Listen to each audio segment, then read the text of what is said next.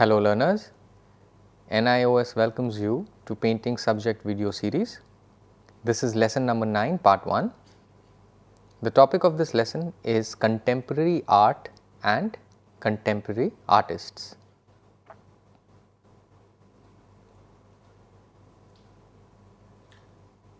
We will now understand the process of the lesson.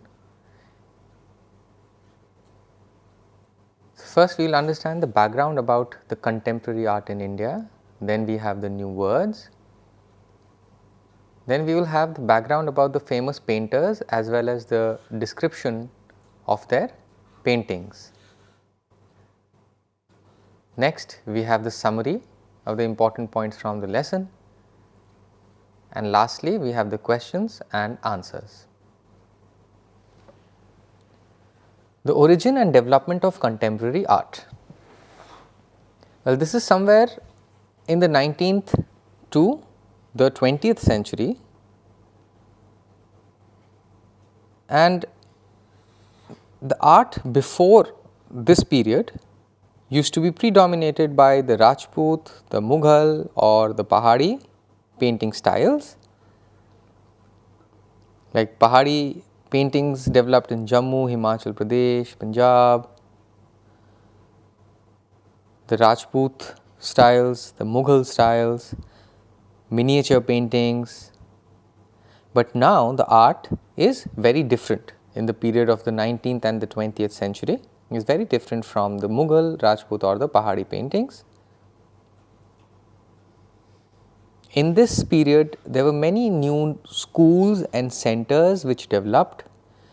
The Bengal school,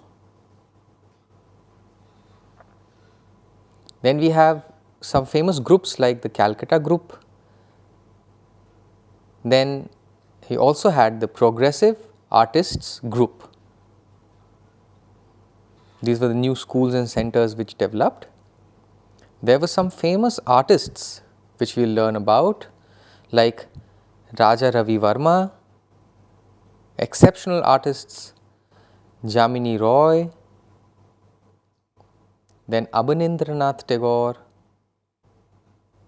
who is the nephew of the famous polymath Rabindranath Tagore,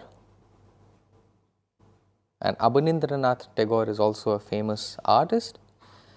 Then we have Amrita Shergill, another famous painter, and we have M.F. Hussain, who is a very renowned artist. We will learn about these renowned and famous artists in this chapter, and every artist, every individual in this lesson had their own unique styles of paintings, and the royal patrons like the Mughals, the Rajput nobles who used to patronize art had slowly dwindled now. So, these artists were working individually. The new words from this lesson. The first word is contemporary. To illustrate, we have the pictures in front of you which were prehistoric, focusing on hunting, paintings mostly done by hand and were made inside the rocks, the caves. They were rock paintings, very basic art. There were no expressions, no details, mostly animal figures and human figures done in very plain lines, and this was really long back. Then we come to the Buddhist art in the rock caves of Ajanta in Maharashtra. That was a very different style where they used tempera technique and then used paint. Painting was done by twigs which were used as brush or even handmade. To then we had the time of the Mughal paintings where they still used the tempera technique, but the binding was done by eggs, egg white and stuff like that. To the contemporary period where they started using oil painting, watercolors, and that is the period known as the contemporary art period. The next word is fascination. It is the arousal of interest. Revivalist means a person, for example an artist, who cherishes the former traditions and the ideals of the yesteryears and ensures that those are not forgotten. A person who brings back these ideals, these former traditions, and ensures that these are still depicted through art, maybe religious, maybe based on the famous mythological epics, but continues to revive and bring back the culture. For example, the tradition of touching feet is slowly fading away, but there are people who still maintain this act of respect, and people who still vouch for that may be called revivalists. Heritage would mean something which is inherited, coming down through generations.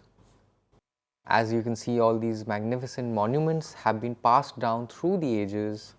It's a kind of an inheritance which we get from the former generations. The word lustrous means glowing, something which is shining, giving off light. Example, when we brush our shoes, we make sure we brush and shine and polish till they glow.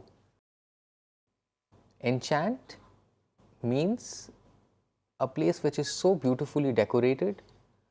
Maybe you would have visited the Gurudwaras, the Amritsar, famous Gurudwara in Amritsar. You would be attracted and enchanted to see the inside, so beautifully decorated.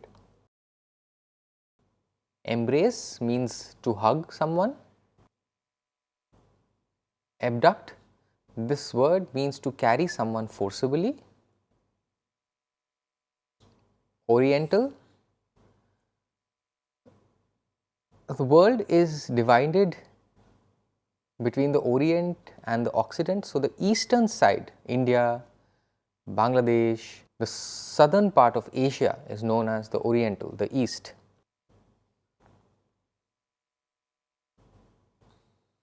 Evolving means to develop gradually with time. To illustrate, we have the paintings which were done in the prehistoric era. There was transformation in the medium, in the technique of painting, which you can see in the second painting in the middle. And third, the paintings which we see in the contemporary period, maybe religious themes from the Bible. The various paintings which are immaculate, the technique used, the medium used has evolved and developed gradually.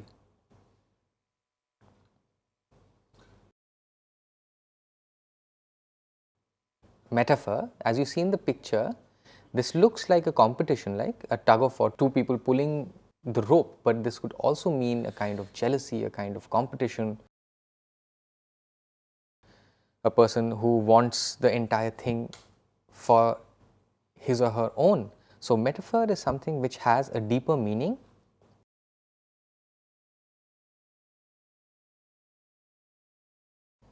Enhance is to increase the size. Extensive, to use the example of the COVID pandemic, it is widespread, it's totally taken over the entire world. Similarly, in painting, maybe an artist who had tremendous skills, his art becomes extensively renowned, it becomes widespread. That's what this word means. Aristocrat means a member of a noble class. So, we have all the kings, and just below them we also have people from the royal and the noble class who have had good family background, similar to a king, not exactly a king, but a little below them, a class little below, are known as aristocrats. The word thrived means to plan and work towards, and when you achieve your goal, when you become successful, that is what means to thrive.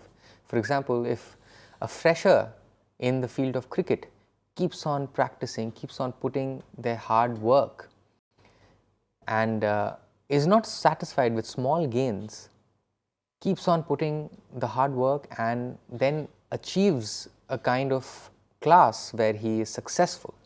This is what the word thrive means. Cherish is to care for someone tenderly. For example, our grandparents, we should not ignore, we should not neglect them. We should ensure that they take their meals, we ensure that they are well. Even with our family, we have to be careful about their needs. The younger ones in the generation have to be cared for tenderly. That's what cherish means. The picture is of a famous French artist called Paul Gauguin. This picture is of a famous French artist called Paul Cézanne, PC. This picture represents the awards which are given by the government of India. These are given to very reputed and distinguished individuals. For example, the Bharat Ratna, which is the first or the highest civilian award, it's given to exceptional performance or exceptional service in any field or any service.